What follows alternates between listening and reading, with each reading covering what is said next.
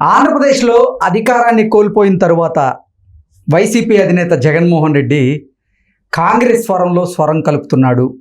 ఇక వైసీపీని కూడా కాంగ్రెస్లో కలపబోతున్నాడు అంటూ ఒక వార్త ఇప్పుడు సోషల్ మీడియాలో చక్కర్లు కొడుతున్న నేపథ్యంలో ఈ అంశం మీద మనం విశ్లేషణ చేసుకునే ప్రయత్నం చేద్దాం. ప్రస్తుతం మనతో పాటు ఉన్నారు ప్రముఖ రాజకీయ విశ్లేషకులు, ప్రముఖ సీనియర్ జర్నలిస్ట్ సిఎస్ రావు గారు. సార్తో మాట్లాడు. సార్ నమస్తే. సార్ నమస్తే. ఆంధ్రప్రదేశ్లో వైసీపీ అధికారాన్ని కోల్పోయిన తరువాత వైసీపీ అధినేత జగన్మోహన్ రెడ్డి కాంగ్రెస్ స్వరంలో ఈయన స్వరం కలుపుతున్నాడని, త్వరలో వైసీపీని కాంగ్రెస్ పార్టీలో కలపబోతున్నాడు అంటూ రకరకాలుగా కొన్ని వార్తలు ఇప్పుడు సోషల్ మీడియాలో చక్కర్లు కొడుతుంది. ఏంటి సార్ అసలు ఏం జరగబోతుంది? ఒకటి ఏంటంటే, రాజకీయాల్లో ఎప్పుడు ఏదైనా జరుగుతుంది. రాజకీయ పార్టీలు ఎప్పుడు ఒకేలాగా ఉంటాయని చెప్పి మనం అనుకోవడానికి అవకాశం లేదు. మనం గత 10 సంవత్సరాల నుంచి చూస్తేనే ఏ పార్టీ ఎన్ని స్టాండ్లు మార్చిందో మనం చూస్తున్నాం. అవును. ఇప్పుడు వైఎస్ఆర్ కాంగ్రెస్ పార్టీ 2019 ఎన్నికల్లో టిఆర్ఎస్ సపోర్ట్ తోటి, బీజేపీ సపోర్ట్ తోటి గెలిచింది. ఇప్పుడు అదేం చేస్తుంది? కాంగ్రెస్ పార్టీ ఏదైతే స్టాండ్ తీసుకొని దేశవ్యాప్తంగా పోరాటానికి సిద్ధమవుతుందో ఆ అడుగుల్లో అడుగేస్తుంది. ఇప్పుడు అవును, డికే శివకుమార్ ఏమన్నాడు? బ్యాలెట్ ద్వారానే ఎన్నికలు జరగాలి, ఈవీఎంలు మోసం అని చెప్పేసి ఒక నిర్ణయం తీసుకున్నాడు. రాహుల్ గాంధీ కూడా అదే చెప్పాడు. జగన్మోహన్ రెడ్డి కూడా అదే చెప్తున్నాడు. నాకు బ్యాలెట్లు కావాలి, బ్యాలెట్లతోటే కావాల్సింది, ఈవీఎంలు మోసం జరిగింది అని చెప్పి. అంటే కాంగ్రెస్ పార్టీ స్వరంలో ఈయన స్వరం కలిపినట్టే కదా. ఓకే. అంటే దాని అర్థం ఏంటి? రాబోయేటువంటి రోజుల్లో కాంగ్రెస్ పార్టీతో కలిసి ఈయన జాతీయ స్థాయిలో లేదంటే రాష్ట్ర స్థాయిలో కలిసి నడవడానికి సిద్ధమవుతున్నట్టు కనబడుతుంది కదా. ఓకే, క్లియర్ గా. ఇంకొక వైపు ఏమో ఆయన ఎన్డీఏకి నేను దశల వారీగా మద్దతు ఇస్తానని చెప్పి, అంశాల వారీగా మద్దతు ఇస్తాను అని చెప్పి బయట నుంచి అని చెప్పి ఆయన చెప్పాడు. ఇంకొక వైపు ఏమో నాకు బ్యాలెట్ ద్వారా జరగాలి, అసలు ఈ ఎన్నికలు నేను నమ్మనని చెప్పి అంటాడు. ఈవీఎం ట్యాంపరింగ్ జరిగింది, ఈ ఎన్నికలు నేను నమ్మను, ప్రజాస్వామ్యబద్ధంగా ఎన్నికలు జరగాలంటే పేపర్ బ్యాలెట్ ద్వారానే ఎన్నికల ప్రక్రియ జరగాలంటూ ఆయన డిమాండ్ చేస్తున్నాడు. అంటే కాంగ్రెస్ పార్టీ స్టాండ్ కదా అది. కాంగ్రెస్ పార్టీ తీసుకున్న నినాదమే కదా. అంటే భవిష్యత్తులో పార్టీని నిలబెట్టుకునేటువంటి కార్యక్రమానికి శ్రీకారం చుట్టాడు జగన్మోహన్ రెడ్డి. ఎందుకు అనంటే దూరదృష్టితోటి అతను వ్యూహాన్ని రచించుకుంటున్నాడు అనిపిస్తుంది.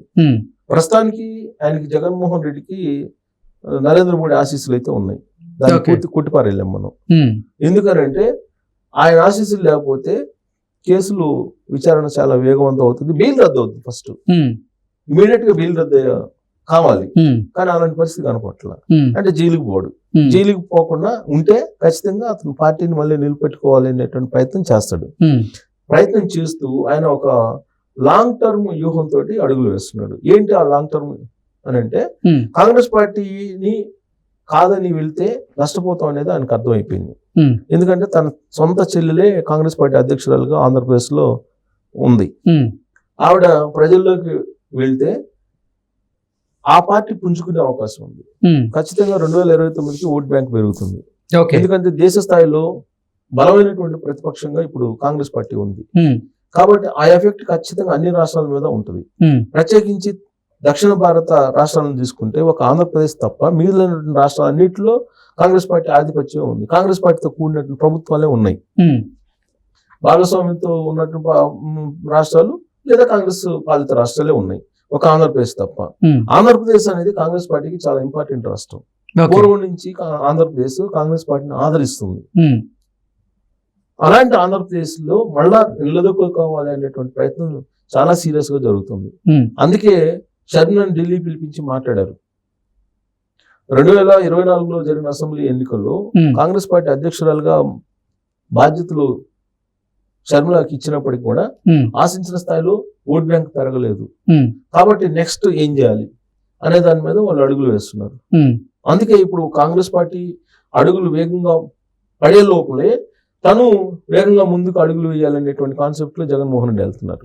ఇప్పుడు రాబోయేటువంటి రోజుల్లో కాంగ్రెస్ అలాగే వైఎస్ఆర్ కాంగ్రెస్ పార్టీ రెండు పొత్తు పెట్టుకుని వెళ్ళకపోతే జన్మలో కూడా మళ్ళీ వైఎస్ఆర్ కాంగ్రెస్ పార్టీ సింగిల్ గా వచ్చే అవకాశం లేదు. ఓకే. ఎందుకంటే కాంగ్రెస్ పార్టీ 2029 కల్లా ఖచ్చితంగా బలపడే అవకాశం ఉంది. ఇప్పుడు వైసీపీకి రాజ్యసభలో బలం ఉంది, ఆ బలాన్ని ఉపయోగించుకోవాలని భారతీయ జనతా పార్టీ చూస్తుంది. కానీ రాజ్యసభ్యుల పదవీ కాలం త్వరలో పూర్తి కాబోతున్నటువంటి నేపథ్యంలో అప్పటి వరకు జగన్మోహన్ రెడ్డి అరెస్ట్ ఉండే అవకాశం లేదు కాబట్టి అప్పటి వరకు భారతీయ జనతా పార్టీతోనే జగన్మోహన్ రెడ్డి ప్రయాణం సాగించి తర్వాత కాంగ్రెస్ పార్టీతో పొత్తు పెట్టుకునే అవకాశం ఉందంటూ కూడా కొన్ని వార్తలు అయితే వస్తూ ఉన్నాయి. దీని మీద ఏమంటారు? ఇవన్నీ మామూలు విశ్లేషణ అండి. రాజ్యసభలో జగన్మోహన్ రెడ్డి బీజేపీకి వ్యతిరేకంగా చేసే సాహసం చెయ్యరు, చేసే అవకాశమే లేదు. ఓకే. నరేంద్ర మోడీని కాదని ఒక అడుగు ముందుకేస్తాడు జగన్మోహన్ రెడ్డి. వేస్తే ఒకవేళ వేయరు. ఈ అక్రమాస్తుల కేసులో బెయిల్ రద్దు కాకుండా ఉంటదంటారా? అసలు వేసే ప్రసక్తే లేదు. వేస్తే మరుసటి రోజు జైల్లో ఉంటాడు జగన్మోహన్ రెడ్డి. ఇది అందరికీ తెలిసిన విషయం. నేనే విశ్లేషణ ప్రత్యేకంగా చేయవసరం లే. మారుమూల గ్రామంలో వెళ్ళి ఎవరిని అడిగినా చెప్తారు. అవును. ఇప్పుడు జైలు మీద 10 సంవత్సరాల పైగా ఎవరు ఆశీస్సులతో ఉన్నారంటే ఆయన చెప్తారు, ఎవరైనా చెప్తారు. కాబట్టి జగన్మోహన్ రెడ్డికి 11 మంది రాజ్యసభ సభ్యులు ఉన్నారు. ఆ రాజ్యసభ సభ్యులు పీరియడ్ అయిపోయేదాకా జగన్మోహన్ రెడ్డి జైలుకు పోరు. ఇవన్నీ అసలు అది అసలు విశ్లేషణే కాదు.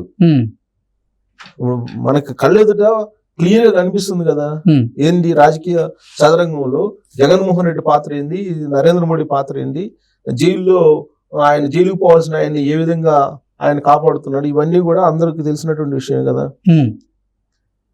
అలాంటి పరిస్థితుల్లో ఆయనకి ఏదో రాజ్యసభలో 11 మంది అసలు సీరియస్ గా కండేర్ చేస్తే బీజేపీ ఆ 11 మంది వెళ్ళి విలీనం అవుతారు బీజేపీలో.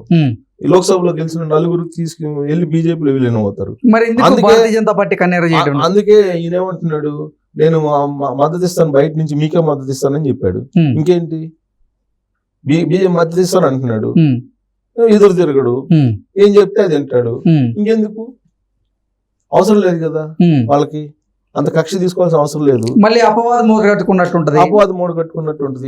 ఆయన ఏం కావాలంటే అది చేసి పెడతాను అన్నప్పుడు అతను తీసుకెళ్లి బలవంతంగా వాళ్ళ టీం అంతా లాక్కుంటే అతను తీసుకెళ్లి లోపల ఎందుకు వేయాలి? అతను తీసుకెళ్లి లోపలేస్తే చంద్రబాబు నాయుడు నెత్తిని కూర్చోబెట్టుకుంటే చంద్రబాబు నాయుడు నాట్యం ఆడతాడు అనేటువంటి ఆలోచన వాళ్ళకు ఉంటది కదా.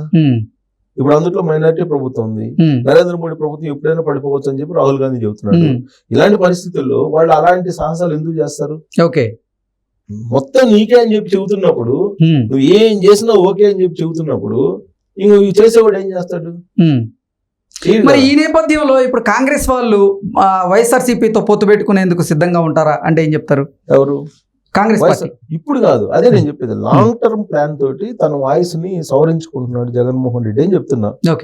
ఇప్పుడు కాంగ్రెస్ పార్టీ ఏదైతే స్వరాన్ని వినిపించిందో అదే స్వరాన్ని ఇప్పుడు జగన్మోహన్ రెడ్డి ఎందుకు వినిపిస్తున్నాడు? మరి లాంగ్ టర్మ్ ప్లాన్ కోసం వినిపిస్తున్నాడు. 2029 ఎన్నికలు జరిగితే ఆ ఎన్నికల్లో మాత్రం భారతీయ జనతా పార్టీతో కాకుండా వైఎస్ఆర్సీపీ కాంగ్రెస్ పార్టీతో పొత్తు పెట్టుకునే అవకాశం ఉంటుంది అంటారు. వెళ్ళేటువంటి అవకాశం లేకపోలేదు. రాజకీయాల్లో ఎప్పుడైనా ఏదైనా జరగచ్చు. అందుకే చెప్పింది వీడియో స్టార్టింగ్ లో చెప్పాను, రాజకీయాల్లో ఎప్పుడైనా ఏదైనా జరగచ్చు. ఇప్పుడు జగన్మోహన్ రెడ్డి షర్మిల ఒకటి కారు అని చెప్పి చెప్పగలం మనం? ఎవరైనా చెప్తారా? అంటే నిన్న కూడా ప్రెస్ మీట్ పెట్టి ప్రజలు తిరస్కరించారు జగన్మోహన్ రెడ్డిని. ఇప్పుడు చూడు ఏ పరిస్థితి వచ్చిందో జగన్మోహన్ రెడ్డి కాంగ్రెస్ అనేది అన్నట్టున్నారు. వైఎస్ఆర్ కాంగ్రెస్ పార్టీని అదొక పిల్ల కాలువ అని చెప్పేసి అన్నారు. రాజకీయాల్లో ఏదైనా మాట్లాడచ్చు రాజకీయాల్లో, కానీ ఎప్పుడు ఎలా టర్న్ అవుతుందో తెలియదు. ఎప్పుడు ఎలా టర్న్ అవుతుందో మనకు అసలు ఊహించడమే కష్టం. కాకపోతే ఉన్నటువంటి అంశాలని విశ్లేషణ చేసుకొని వీళ్ళు ఏ దిశగా వెళ్తున్నారు అనేది ఒక అంచనా వేస్తూ మనం విశ్లేషణ చేయటం తప్పితే రాజకీయాల్లో అనూహ్యమైనటువంటి పరిణామాలు జరుగుతాయి. రాజశేఖర రెడ్డి చనిపోయిన తర్వాత ఏం జరిగింది? కేసీఆర్ అప్పుడు దాకా ఎక్కడున్నాడు అసలు? రాజశేఖర రెడ్డి చనిపోయిన 9వ రోజు బయటకు వచ్చాడు కదా. మరి అప్పుడు దాకా ఏమయ్యాడు? ఆ తర్వాత రాజకీయాలు మారిపోయినాయి కదా, రాష్ట్ర రాజకీయాలు కంప్లీట్ మారిపోయినాయి కదా. అదే రాజశేఖర రెడ్డి బతికున్నట్టయితే వేరే విధంగా ఉండేది. ఉమ్మడి ఆంధ్రప్రదేశ్ రాజకీయ పరిస్థితులు వేరే విధంగా ఉండేవి. కాబట్టి మనం ఎక్స్పెక్ట్ చేయలేము. కాబట్టి ఉన్నటువంటి సిచ్యువేషన్ బట్టి జగన్మోహన్ రెడ్డి ఇప్పుడు డబుల్ గేమ్ ఆడుతున్నాడు అనేది అర్థమవుతుంది. Long term plan, short term plan. Short term plan ఏంటంటే బీజేపీ వాళ్ళు తన జోలికి రాకుండా స్టెప్స్ చేస్తున్నాడు. నేను మీకే మద్దతు ఇస్తాను, నా ఎంపీలు మొత్తం మీకే అనేటువంటి ఒక హామీ ఇస్తున్నాడు, దాసోహం అంటున్నాడు. ఇంకొక వైపు ఏమో లాంగ్ టర్మ్ ప్లాన్ కి రెడీ అయిపోతున్నాడు. అందుకే ఆయన కాంగ్రెస్ స్వరం కలుపుతున్నాడు. కాంగ్రెస్ పార్టీ వాళ్ళతో కూడా టచ్ లో ఉన్నాడని చెప్పి ఇన్ఫర్మేషన్ ఉంది. ఓకే. సో ఈ విషయం బీజేపీ సీరియస్ గా తీసుకుంటే ఇంకోలాగా ఉంటాయి రాజకీయాల మళ్ళా. మరి ఆ దిశగా వెళ్తాయా అని అంటే జగన్మోహన్ రెడ్డికి నరేంద్ర మోడీకి రాజకీయాలకి అతీతమైన బంధం ఉందని చెప్పి బహిరంగ వేదిక మీదనే జగన్మోహన్ రెడ్డి చెప్పారు. అవును. ఆ అతీతమైనటువంటి బంధం మరి తెగిపోతుందా, తెగిపోయేటువంటి బంధమా కాదనేది వాళ్ళిద్దరికీ తెలియాలి. కానీ అతీతమైనటువంటి బంధం అయితే ఉంది. ఓకే. అది బహిరంగ సభలో చెప్పినప్పుడు నరేంద్ర మోడీ కూడా ఆ రోజు కాదల్లా. కాబట్టి ఆ అతీతమైనటువంటి బంధం తెగిపోయిన రోజు ఆంధ్రప్రదేశ్ లో రాజకీయాలు స్పష్టత వచ్చే అవకాశం ఉంది. అప్పటి వరకు జగన్మోహన్ రెడ్డి ఏ ఆట ఆడినా నడుస్తుంది. పైగా మెయిన్ మీడియా ఉంది, ఆయన ఏం చెప్పినా కానీ బాగా అవుతానికి. కాబట్టి ఏదైనా నడిచిద్ది ప్రస్తుతానికి. కాబట్టి ఇప్పుడు టూ సైడ్స్ సేఫ్టీగా ఆయన వెళ్తున్నాడు. Okay sir, thank you so much. Thank you.